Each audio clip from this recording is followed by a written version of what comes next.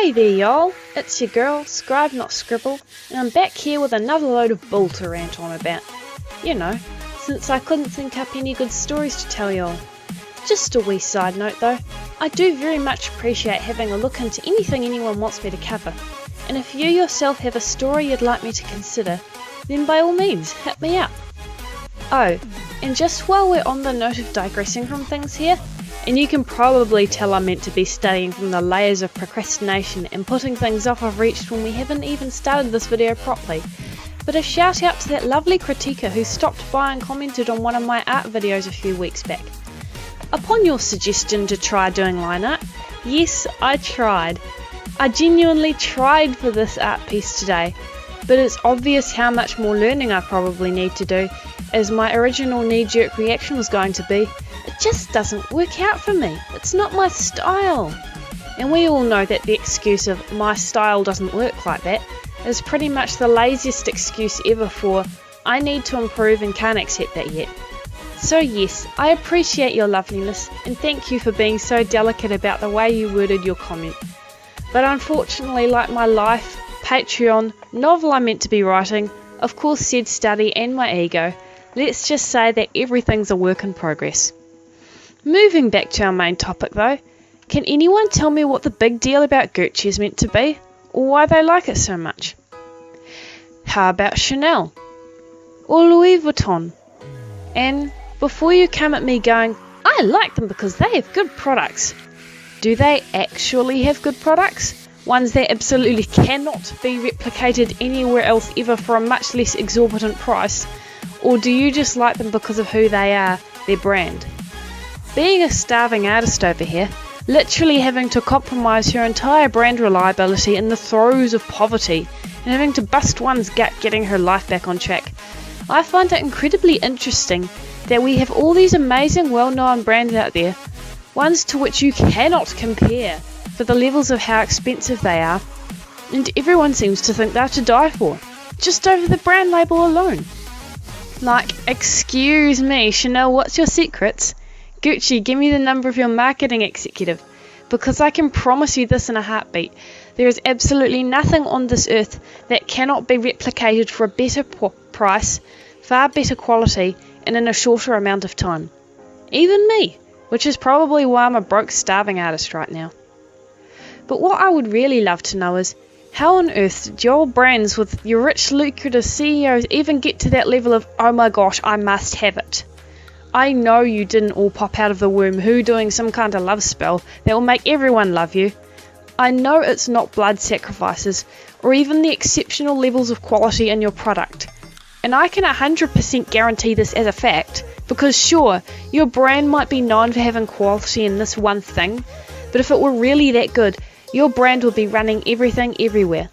And Trump would probably come along right now trying to buy the brands too somehow.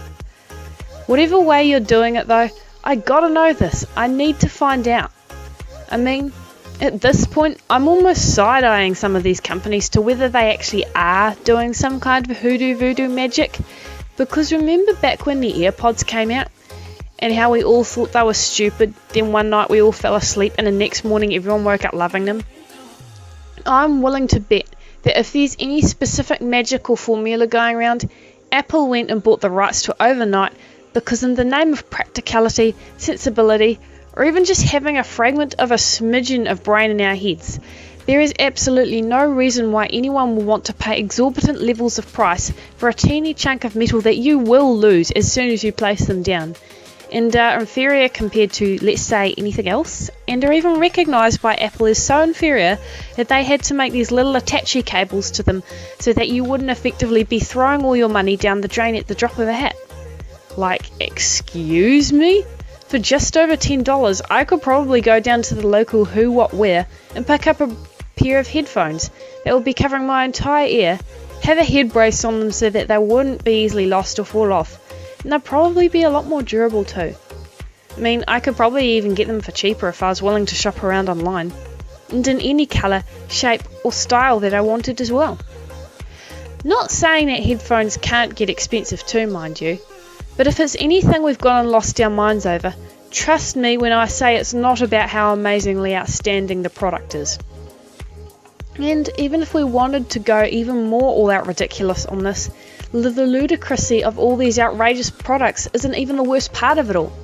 It's not even the fact that these companies are outright swindling the dollars that we trade for the limited passing moments of our life for. Like, sure, you could probably buy a man's organs on the black market for what you paid to be the latest fashion, but as long as you look completely on fleek by one culture's very specific and ever-changing beauty standards, you get completely ridiculous by not even half a continent later. That's all that matters, right? And if you think that's twisted, wait until you hear about the latest dark thing I've thought up. It's a very twisted sort of game where you go to the website of that thing you want. You know, that latest fashion thing that you can't get out of your head because you want it so much.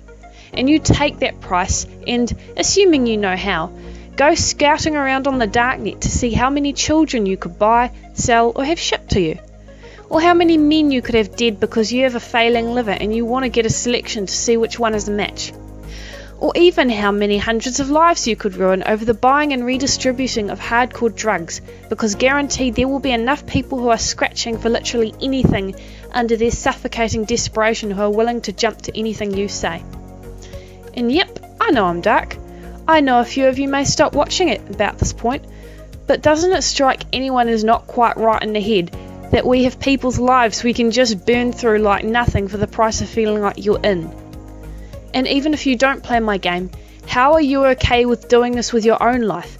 Trading the hours you could have been living in return for some painted heap of branded plastic that probably wasn't even made in that humane conditions anyway. Or, if not your own, because maybe you're one of the few that can afford to buy whatever, but the conditions as to how your product was made. Are you okay with the way your product was manufactured, bought and sold? Can you confidently say that your product has gotten this far to be with you with absolutely no one's blood on your hands? And I'm not shaming people for buying nice things, mind you. The penalty of underage sweatshops and child slavery isn't one you're actively enabling and setting up, right? I just don't understand who it was that decided what's in and what must look good, only to change their minds literally 3 seconds later and be all like, nah, changed my mind, it's this now, leaving you insanely out of pocket and potentially others out of lives. Does it feel good to look completely ridiculous in a heartbeat? Does it change your life to be the person in fashion for only a passing instant? Alright, I'll lay off for now. But one thing I will tell you for free, for those that may not potentially know, is it doesn't cost much to look good when you're not following the latest fashions and trends. If you want to look like you're something out of nothing, ditch your jeans, buy a few pairs of formal black pants from your basics section at whatever cheap store is in your area. For me, it's the Warehouse or Kmart. And just like wear a neat form-fitting shirt in basic neutral colours, which you can then accessorise with thrift shop jewellery, or even make your own. Boom! Sleek enough to be timelessly stylish, yet the thrift shop accessories will give you enough of an own personal twist that you don't look basic. It's literally all you need. Oh, and drugstore makeup. Someone said to me not to buy eyeliner and stuff like that off AliExpress, as they may contain chemicals that will leave you blind. But the best makeup I've ever worn has always been the stuff with the cheapest price tag. And no one's out there looking at you through a microscope and test tubes going, haha, this isn't the latest Jeffrey Jenner Kardashian. This isn't that XYZ brand which is the only guaranteed thing out there that will add any meaning whatsoever to our lives. And that's literally all it takes. If you want to look like you're wearing high fashion, fresh off the catwalk, wear either sleek black everything or anything that makes you look bizarre. Oh, and glitter. Let's make facial glitter a thing, guys. It's the next step off the Instagram golden hour, and a highlighter that looks like it's poppin'. Stay snappy out there, peeps. Ciao!